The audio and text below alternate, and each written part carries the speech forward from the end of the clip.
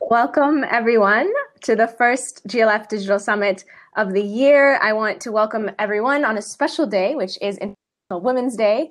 If you're joining us today, you're probably part of the GLF community, so welcome back. We're excited to be kicking off an exciting year. And if it's your first time, then welcome. We're really excited to have this conversation with you. And for your information, the GLF is a platform that is owned by no one and owned by everyone at the same time. It's a place where all stakeholders from all different fields across the landscape come together to talk sustainable development and to talk about climate. And in 2019, we're committed to placing a spotlight on rights. And in many places across our planet, rights are being disregarded and not respected. And this includes the lack of access for women to land, indigenous peoples' rights to land and territories, but also the right to safe drinking water or their right to sustainably manage their resources, or rights to transparent decision-making and accountability to government. So we're talking about all these rights being disregarded in a context where at the same time, innovation and the power of technology is growing and increasing in the world. We're able to solve so many of humanity's problems. So today, we want to look at the intersection of these two, to talk about rights and to talk about tech. So we've brought together three incredible women who are each innovating to combat inequality and to strengthen rights for local communities. So to Hajar, Louisa, and Neha, thank you so much for joining us today for this GLF Digital Summit, Rising for Rights, unpacking how we can promote inclusivity through technology. So to kick off, I'd like to ask everyone who is on this chat to give an introduction. So for those of you watching in the audience, share a little bit about who you are, where you're from, your work, and your relationship to the topic. And as you're doing that, I'm going to ask our speakers to give an introduction as well. Share a little bit about yourself, what you're doing. Neha, could you kick us off? Great. Hi, everyone, and a very happy International Women's Day to everybody who has joined us. So my name is Neha Misra. I am here because of Solar Sister, and Solar Sister, my organization, exists because today in 2019, we have more than 1.3 million people a billion people in the world who have zero access to electricity that many of us take so for granted, and almost double that amount of a number of people have no access to clean cooking solutions. And if energy access and lack of energy access was a person manifesting in the world, it would be a woman, because majority of energy poor are women and girls, for whom not having basic electricity and light and clean cooking means that they are missing on education opportunity. It means that they are walking longer and longer distances every single day to collect firewood, and they're walking longer distances because of massive deforestation that landscapes are witnessing. And there is increasing risk of sexual assault, which has been documented as well. It means that women are laboring in dark, dingy rooms and undergoing really unsafe birth. And so energy poverty has a female face, but yet we are not victims. We are really champions, I feel, and we hold the key to solutions, at this intersection of energy justice, climate justice, and women's rights movement.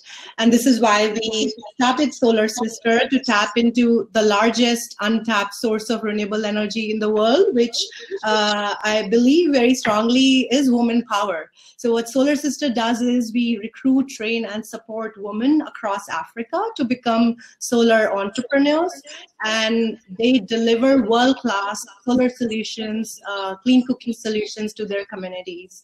We started in 2010, and I'm very proud to say that we have a network of over 3,800 Solar Sister entrepreneurs who have delivered clean energy to 1.5 million people so far, and it is just the beginning. So this is why I'm here, and thank you for being here as well. Thank you. Next up, can we have Hajar?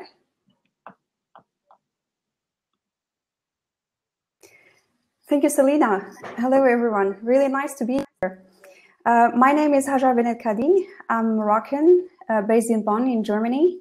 I work in the private sector in a young company, Mondialis, We are specialized in the field of geoinformation sciences and technologies.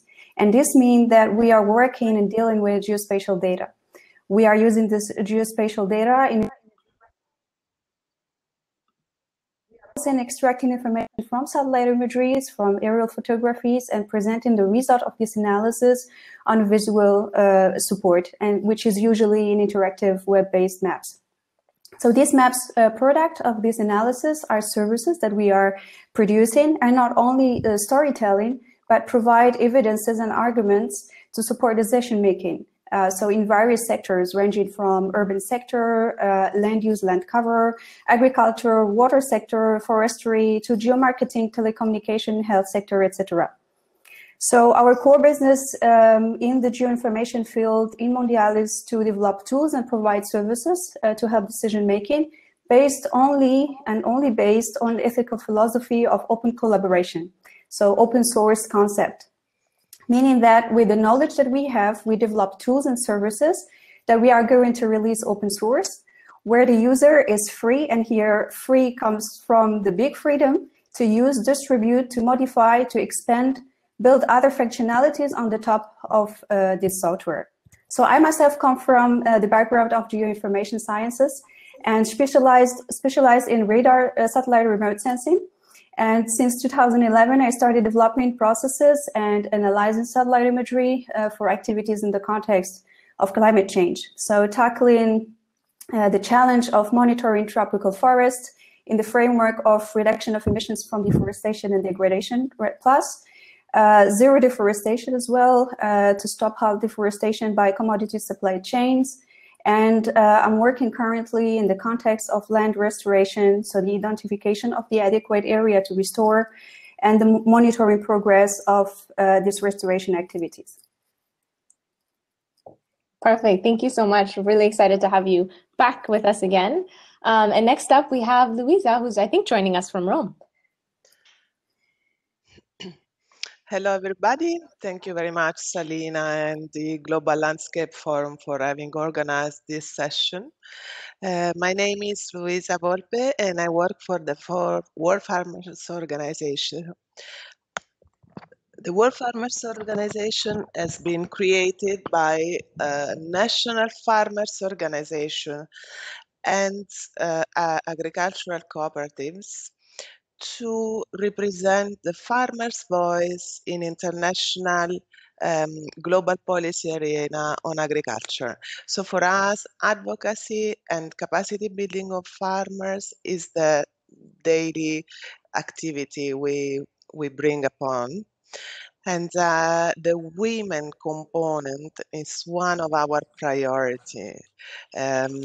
We have created a women committee that feeds all the activities and the positions of the organizations, so that we make sure that when we speak to international institutions that are also decision makers in the agricultural sector, the women component is always represented. My personal dream actually is that we will reach a point in which women of the world would not even need special attention, because it means that they have achieved basic rights, but also those rights that allow them to have successful daily life.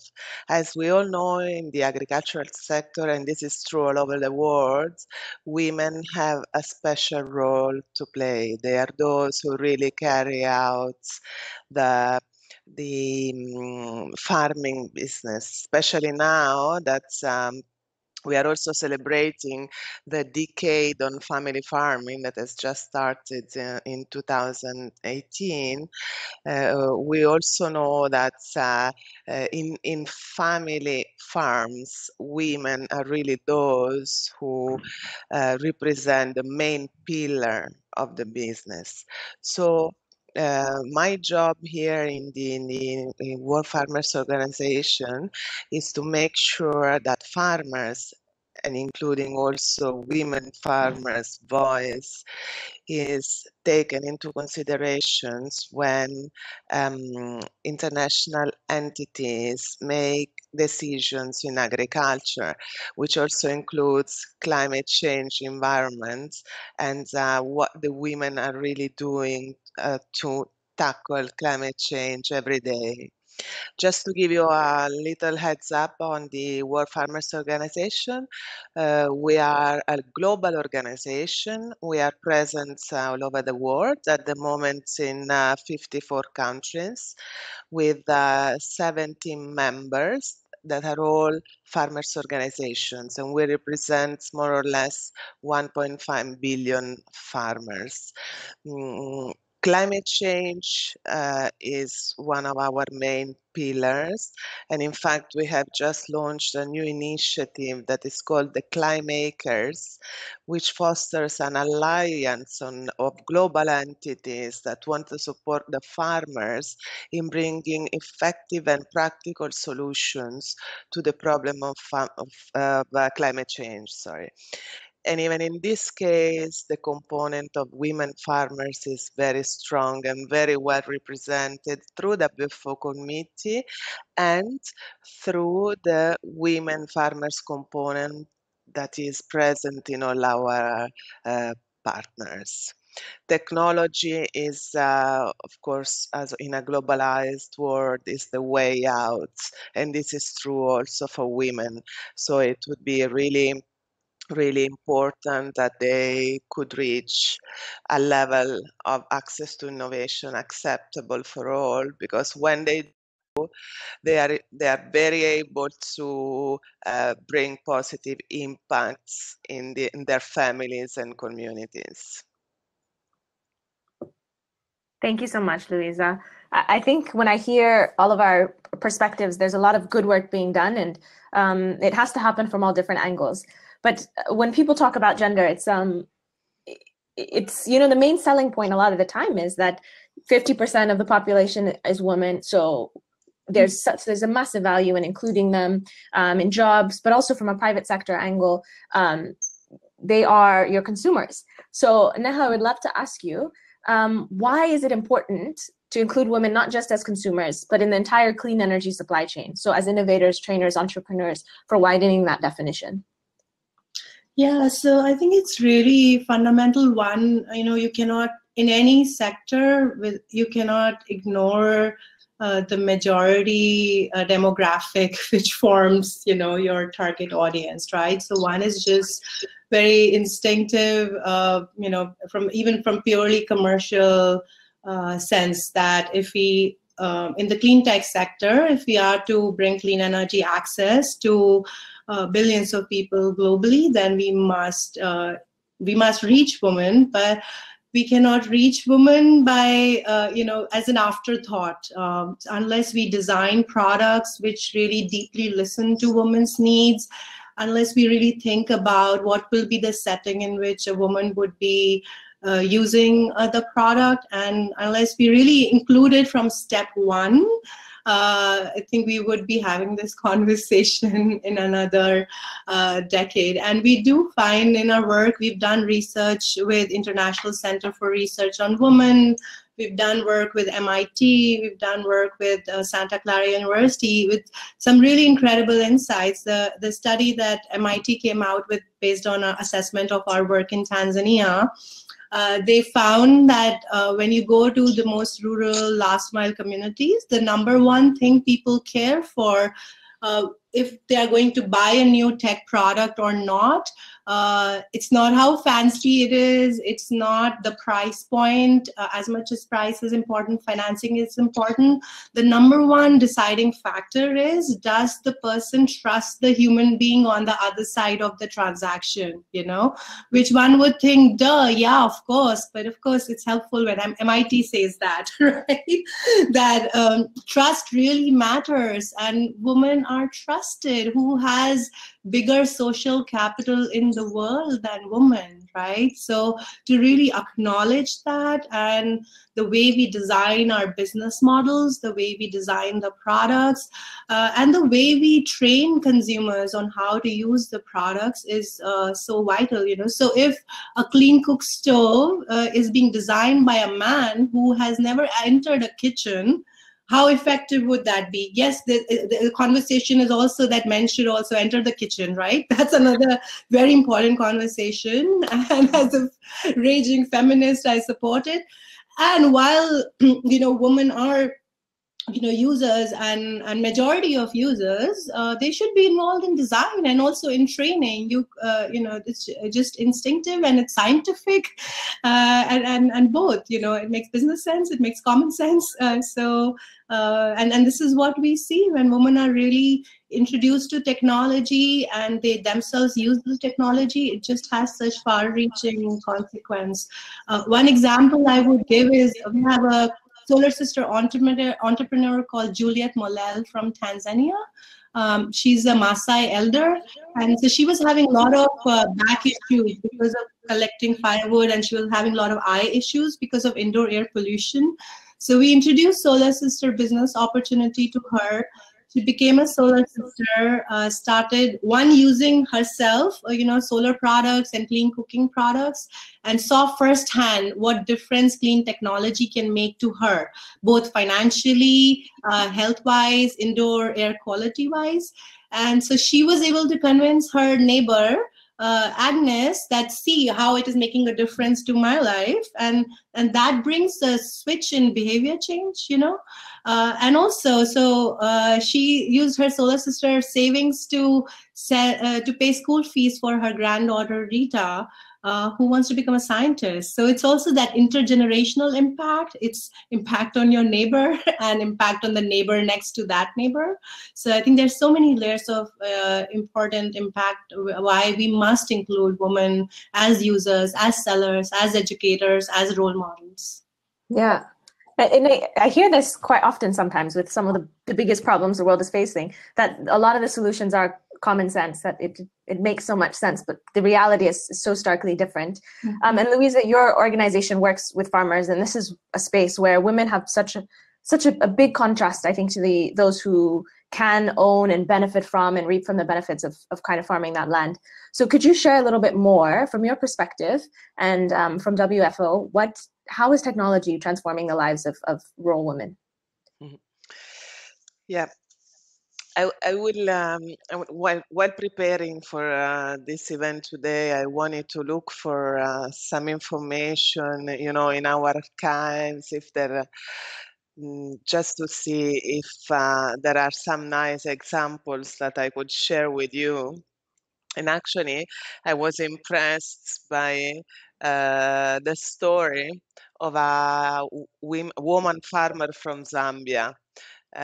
She is actually one of the mango producers, and her main problem at farm level was how to proceed with the production and conservation and transportation and all the waste that she had to afford in the farm. And at one point, she entered a project of extension service. From there, she started to refine the production patterns, production system, and also at one point to use solar panels to dry the mango and keep it more resistant for conservation. And with going on with their farm, she is now employing 232 farmers in the region, and they have also entered a fair trade initiative so that they can also export the mango. And with that, she alone actually created such a positive impact also in the lives of the community, also respecting the environment because she's using renewable energy and creating income opportunities for other people in the region. This is just a very, very small example, but there are so many of how a very smart woman.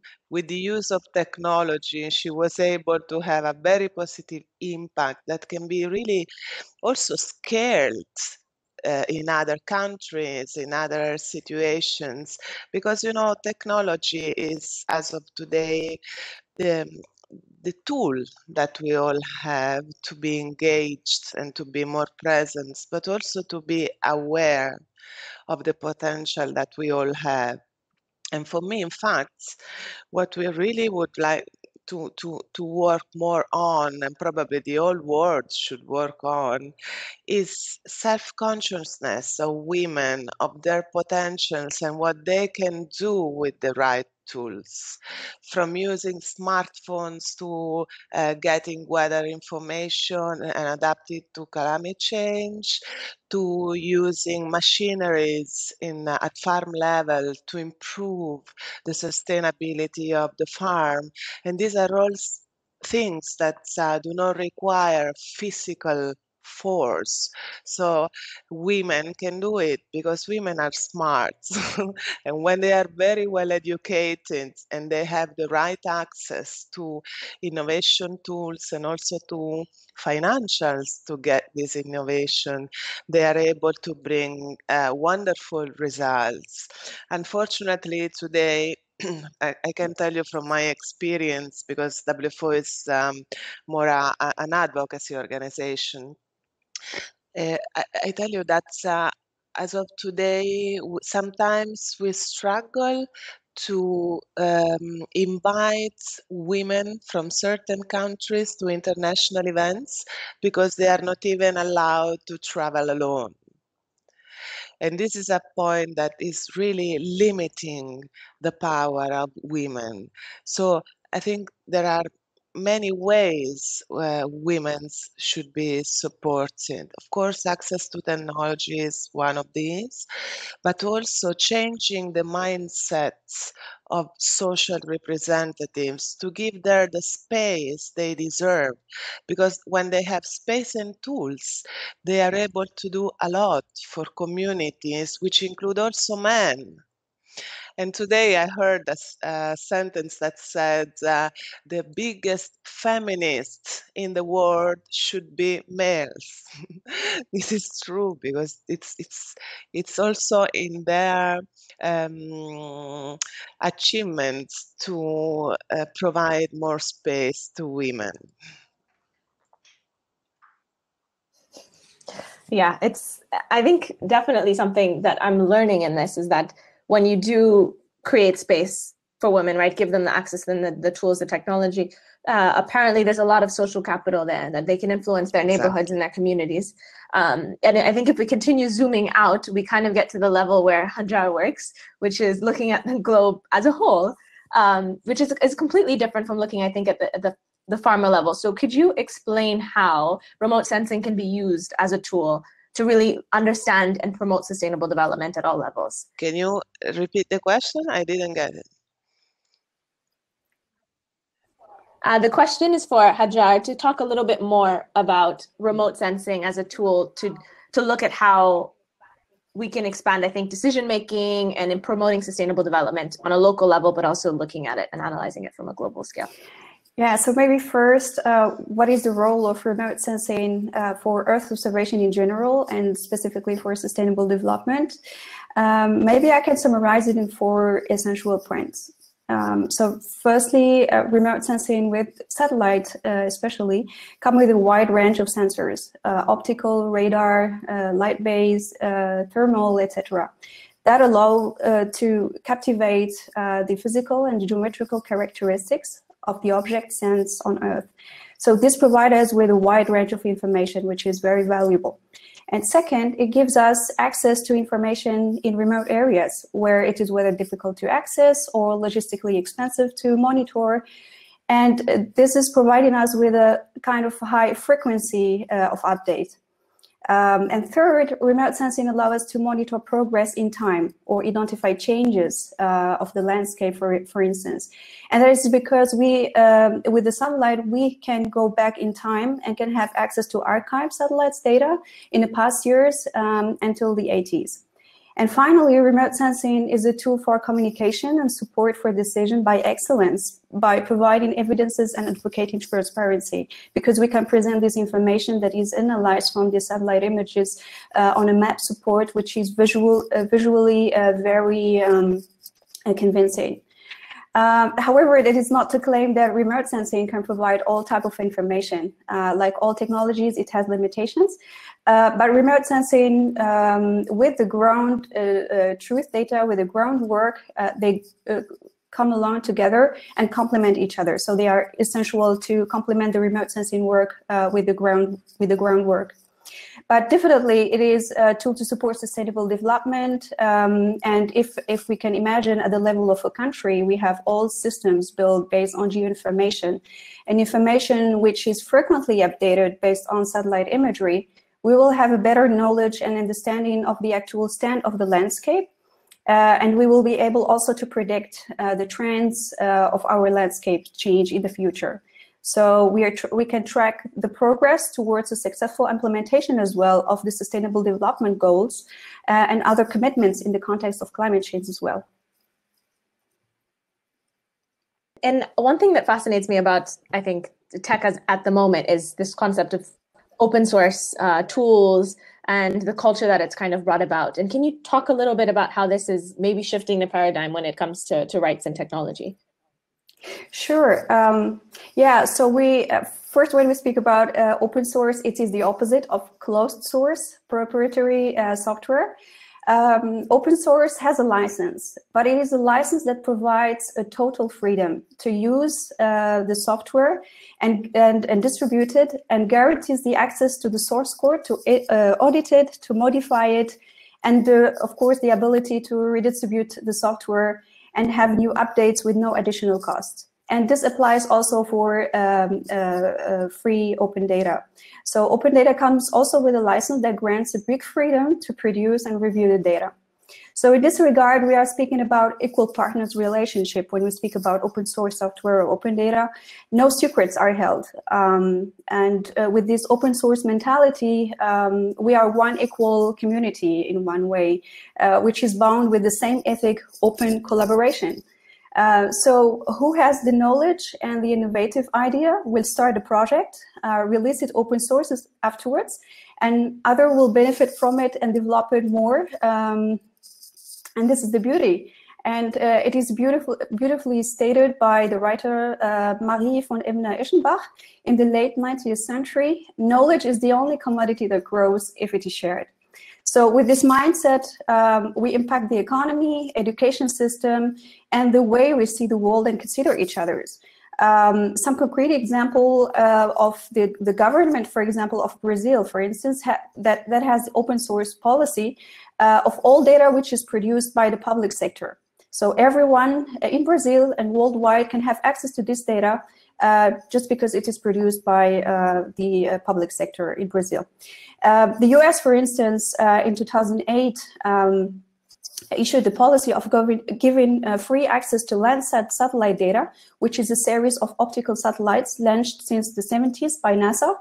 And the economical benefit is evaluated of this policy of making this data free. For the year 2011, it was estimated of $1.7 billion for the US users and more than $400 million for international users. So this is really huge. And this is in 2011, just by this policy of freeing the data. And it has also impact on research, on the use of this data by public sector. This same policy also influenced and encouraged the European Union to design an open source data policy program, which was implemented and launched since 2014. And this is the Copernicus program, which is a long-term space mission constellation of satellites, of Sentinel satellites for Earth observation, which is also complementary to the US mission Landsat, for instance. So yes, Selena, open source is shifting the paradigm when it comes to rights. It democratizes the production and innovation system by promoting inclusion, no matter the gender, no matter where you come from, but it creates this community and promotes this inclusion, and all collaborators and non-collaborators are the same and equal. And I can imagine that in some way it can increase transparency in the sense that everyone can now have access to this data and be able to hold people accountable. Do you know of like examples where perhaps community groups or civil society organizations are able to tap into that data and then use that to influence change in their communities? Is that something that we can feasibly assume that is happening? I think yes, many communities or organizations are using open data, whether, for example, to report on their commitments in the context of climate change. Open data can be used in many sectors, coming from satellite imagery or from other geodata, which is produced by public sector or by other organizations. And this definitely will influence and have an impact and have an influence, sure. Yeah, I think it's really inspiring to see how some of this technology cannot maybe clutter our lives so much, but is actually improving the lives of people who need the change the most. And Neha, back to talking about Solar Sister and the work that you do, what impact does clean energy technology have on the lives of women and their communities?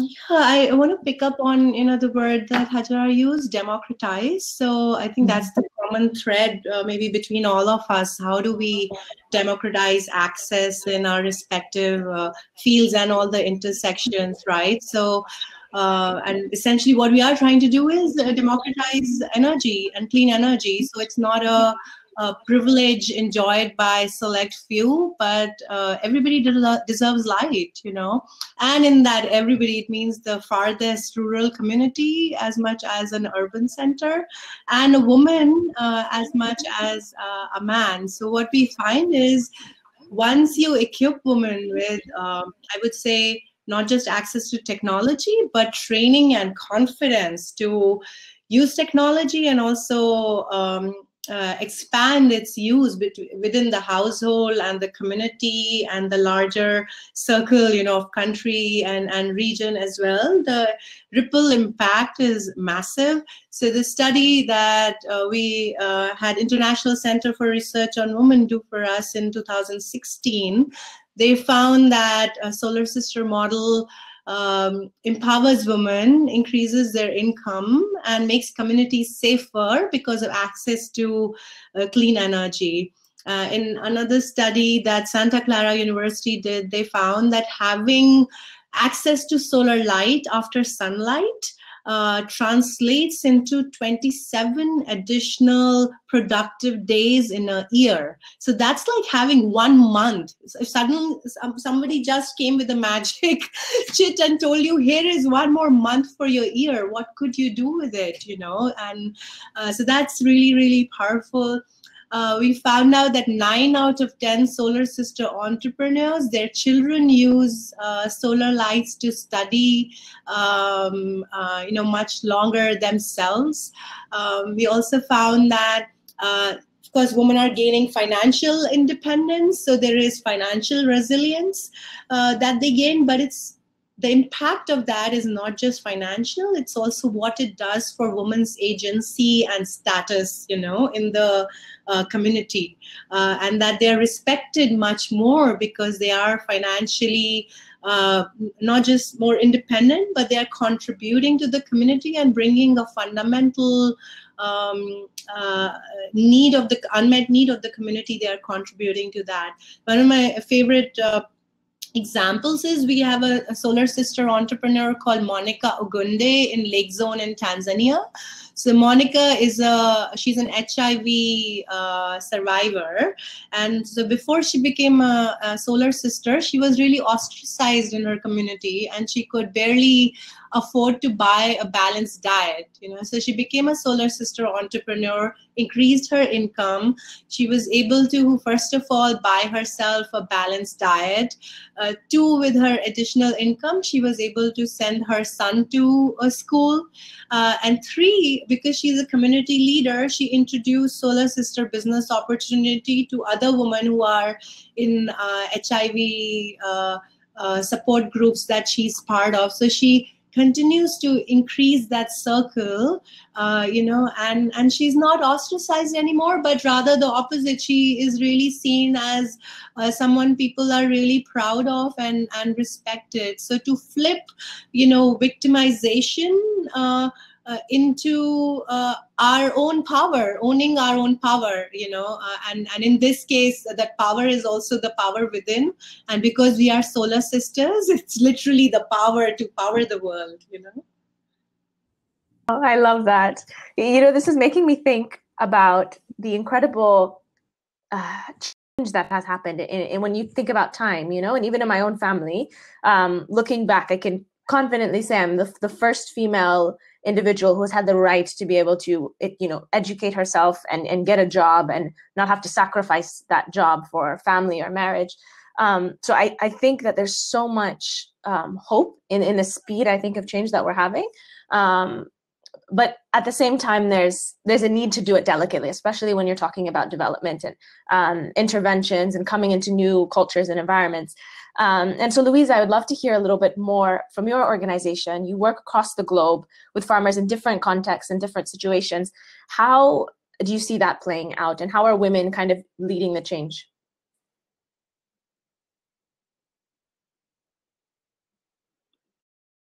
Okay, thank you. It's very diverse, actually, panorama. I can tell you that, for example, in WFO, World Farmers Organization Secretariats, we are mostly women. And this is, we feel very good in that, also because we have a full board of men, actually, except one. Our board is composed of 6 members, one from each continent. And the only lady on the board as of today is our representative from Oceania. She's the president of Federated Farmers of New Zealand, very great woman. But the fact that here in the Secretariat, for example, we are almost all women, at least those who are more in touch with our members, it's like a positive example for some of our members. We realize that sometimes our organizations look at what is happening in other countries, and also to take some inspirations on how women are differently treated all over the world. But I can tell you that in general, the situation is kind of different, and sometimes it's very difficult in some countries. As I was telling you before, some ladies have problems to travel alone. This means that they also have problems in bringing the farmer's voice in some of the most important processes that relate the agricultural systems. And the organization may be represented by a man, but it's not the same thing. In other countries, for example, there are very strong women farmers organizations where women have a leading role, which is strong and has an impact both at national level and on global level. And I'm referring to, for example, to the Jamaican Women Farmers Network, which is very strong, and the president is also very active in our activities. We have a very strong organization of women in Mozambique. There are regional organization of farmers where leaders are men, but the secretariat is led by women. So the secretary general is a woman, and in most of the cases, these organizations are also very well represented and very strong. But also, if I look at Europe or North America, I can tell you that as of today, most of the political leaders of farmers are still men. There are very few women that are represented at the highest level. This is, by the way, also true if we look at the governmental organizations or private sector, because the position of women is an issue everywhere and in all sectors. However, for my experience, and we also had for a very short period a president that was a woman farmer, I can tell you that when it's women speaking, the audience is much more touched. Possibly because women have the capacity also to interact more with people, to express themselves in a sensitive way, and the experience I had that also when they speak to high-level politicians, they get much more attention than men. This is a positive experience that I can tell you. But as I was saying before, the overall situation is very diverse, and sometimes it doesn't even depend on if it is a developing country or OECD country. It's just diverse on a global scale. I can tell you that once I met a very strong women farmer organization in Cambodia, for example, and they had a very strong impact both at national level and regional level. So it is something that really needs global attention, because it's a global problem. It's not specific to one area, one continent, or one specific situation of low or high income of the country. But it's very inspiring to work with them. And it's also inspiring to see how our Women Farmers Committee, that is composed by 12 farmers leaders from 12 organizations from the 6 continents, work among themselves and share experience and knowledge of their national situation, and help each other to to increase their capacity to speak to institutions. So there is, in a way, the will to work together and enforce the organization, but also a will to get the experience of other colleagues to replicate in their own situation. And this is very inspiring. I mean, when I attend meetings that they organize, I can tell you that the discussion is very dynamic, and they are very enthusiastic in sharing experience that can help them grow and bringing this role in their communities and families. Yeah, I'm looking at some of what you've talked about, and the power of maybe new traits that come from women. And Jessica in the chat box talked a little bit about the feminine qualities of collaboration, community building, and trusted relationships as being something that women can bring to the table, and maybe something that's been left out of the dialogue in past years by not having women at the table in these conversations. But at this point, we Sarina, have a question from the audience. The audio is not working. Can you hear me well? We have a question from the audience, and this one is coming from Andrila from India, and she's asking for examples on how people are acting globally for women in the landscapes. In particular, what advice do you have for her, and how she can help the people, especially women, who she encounters in her field? Is there anyone that would like to give her some advice on how she can start to take action? I would just suggest we are part of this incredible coalition called Women's Earth and Climate Action Network. So if you check them out and see their website, they are a coalition of amazing grassroots women leaders from around the world, and their incredible lessons and trainings that they offer. So I would highly recommend them. It's We Can, Women's Earth and Climate Action Network.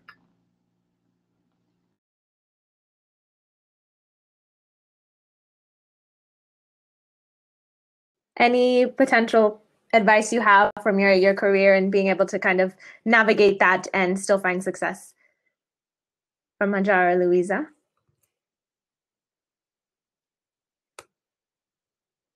All right, then perhaps the one thing I can offer from my end is to be a little bit more aware, and this is what I was speaking on this a bit yesterday, is that every time we take an action, we have an opportunity to either perpetuate the current power dynamics or perpetuate inequality, or to actively flip the paradigm.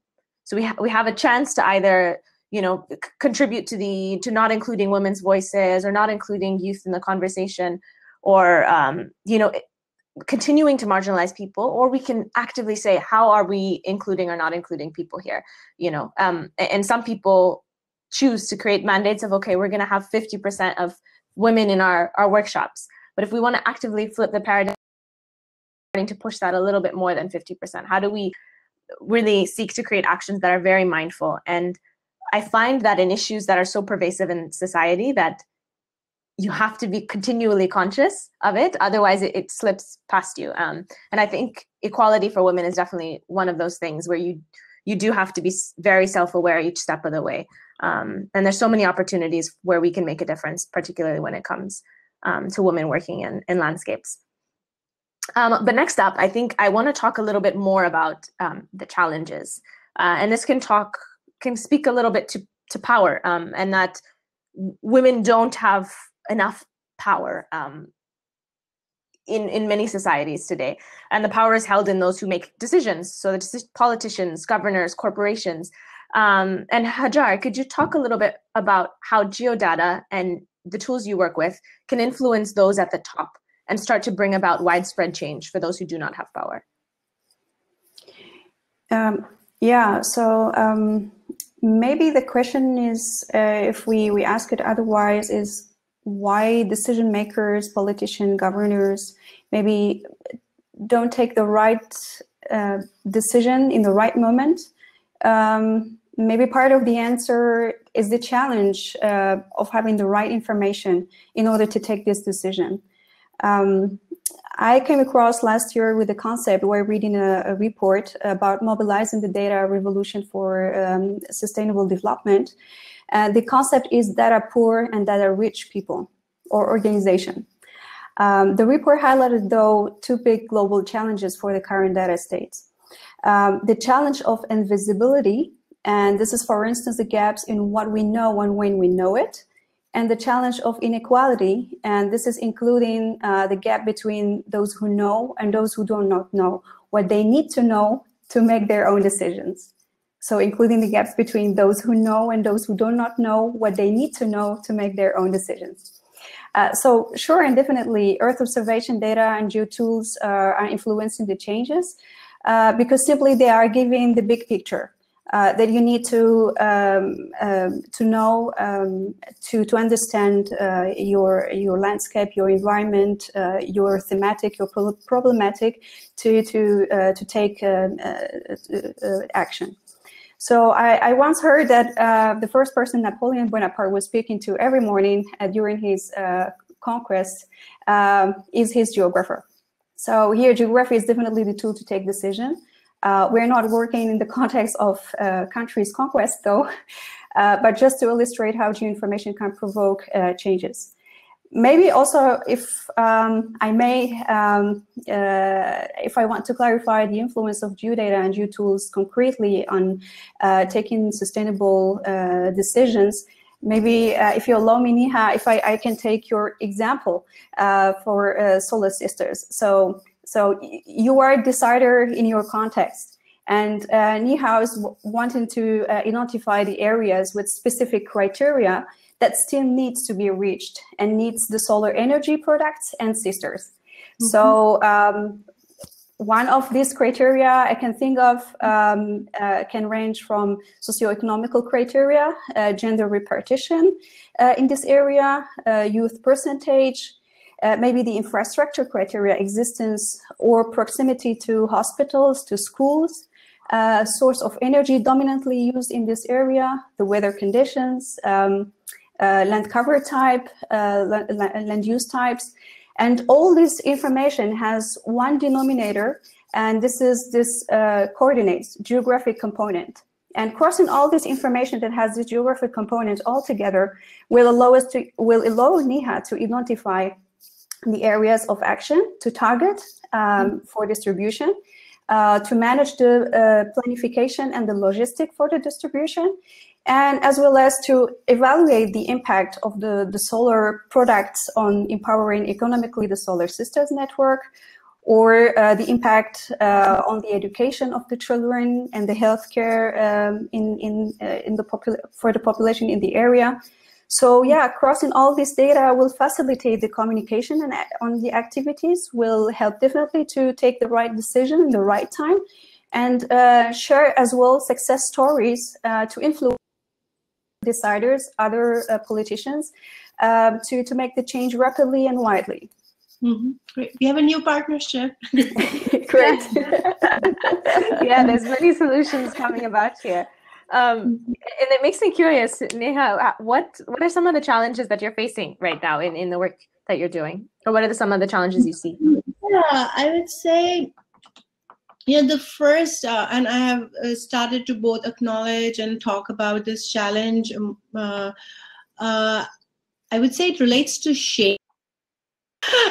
In that I find in the clean tech sector, energy access sector, there is a massive influx of resources and large commercial enterprises, both on-grid expansion, but also very select number of, I would say, largely white male-led companies, which are leading some big, solar and other off-grid projects.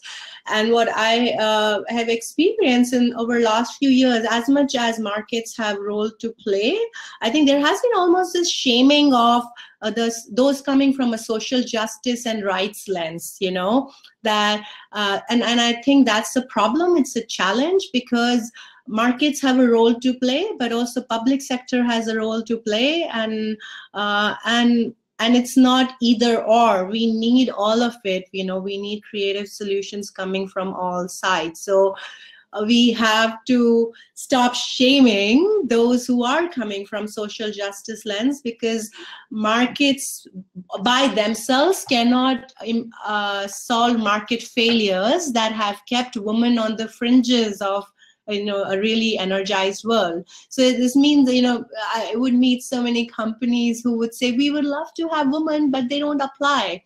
But, well, that's because there is a historic systemic barrier which has kept them away from having skills and confidence both, right, to be majority of, let's say, solar installers. So that, it would take both naming and addressing those systemic barriers to really switch this equation, I think, and right now it is a challenge. So we need to continue to talk about it, and advocacy has a really important role to play. We launched a campaign in 2016 called Women and Energy We Shine campaign to really spotlight amazing women, we see in the communities who are solar sister entrepreneurs, are healthcare workers, teachers, farmers, small business women who are also clean energy champions in their communities. So it's not that we are unicorns, we exist, but we need many, many more of women, and it would not happen magically. It would need really thoughtful conversation and action, which brings me to the second challenge. I think there has been more and more conversation about, yes, women are needed for clean tech revolution, for climate change solutions, which is progress from past. But I think when rubber hits the road in terms of actual investments going into women-run companies or women-led initiatives, I think there is such a big black hole that needs to be filled. So I think we need more transparency and accountability. Where is development and private dollar alike? Where are they flowing, and what's the gender mix of how these investment flows are happening, and how do we flip it? It's really good, I think, for us to be able to focus on these challenges, because these are spaces that we need to double down our effort on and really begin to push and change. And lastly, I think the last question I want to pose to you all is, what reason do you have to have hope. If you have hope, what is the reason that you are hopeful about our future, about having a better future that is more gender balanced and more equitable for all? Neha, maybe you take this one on. Oh, so many reasons for hope. Yeah, I feel we have, more than 3,800 strong Solar Sister entrepreneur network. Each Solar Sister and Solar Sister team across, Tanzania, Nigeria. I'm in Washington D.C. and we are, despite people who want to bridge walls, we are building bridges. Right, in our communities and across oceans, and what a powerful source of hope that is. That hope is not a noun, hope is a verb, and how do you manifest that verb is wherever you are today in your life, in your community, in your organization. You can bring light, hope, and opportunity. It can be a solar light or it can be a million other things. So we must not just hold on to, but we must grow hope, especially in face of darkness. There's this activist, I think her name is Valerie Kaur, who says that this darkness is not the darkness of death, but it's darkness of the womb. So in face of darkness, we must resist and move on. Thank you. I think that message of light is something that we all take away and try to find which pieces we can bring in. Louisa, what is your reason for hope?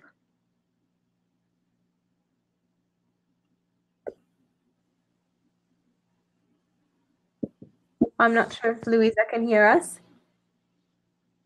But if not, I think while we wait for her to come back online, Hajar. We believe in creating communities, really, and creating one community that is inclusive.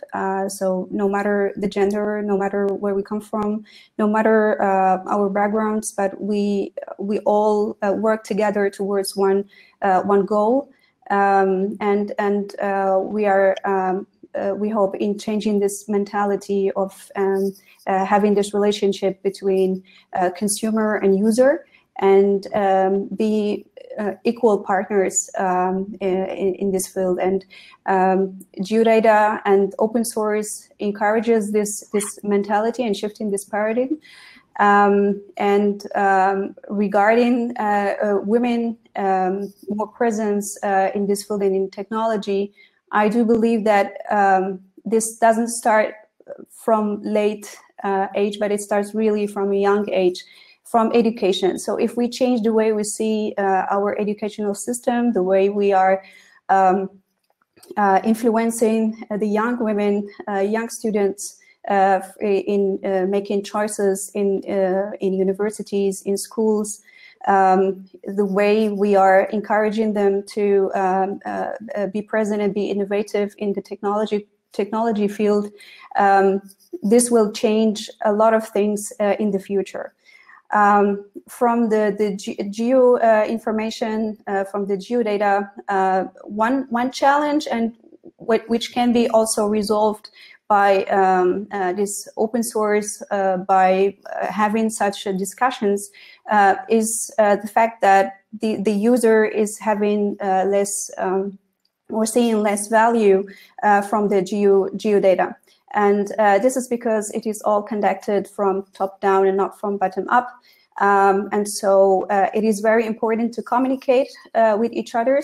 And by changing this mentality of user-producer, we collaborate, all of us, we discuss all together on one table, and we contribute all together towards a solution.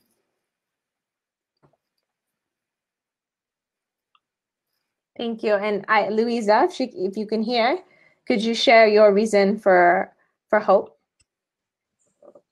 And if not, then I can share mine. which is probably the fact that I've had the most exciting International Women's Day so far of my life, having this conversation, which means I really should step it up next year and look at how I can bring a little bit more action and light and change into this space. These days are important for us to really take special effort and special care to say, how can we do a little bit better in this way? And I did take a lot from this conversation. The first one is that women have profound social capital, really, that changing the lives of women doesn't mean just changing their singular life, but changing the lives of their neighbors, their communities, and even future generations through their children and the work that they put back in. And on the second hand, that there's still so much work to do to increase the quality of their lives, education, access to clean energy, which can give an extra month of work in a year, but also a voice on the international stage when it comes to shaping policy.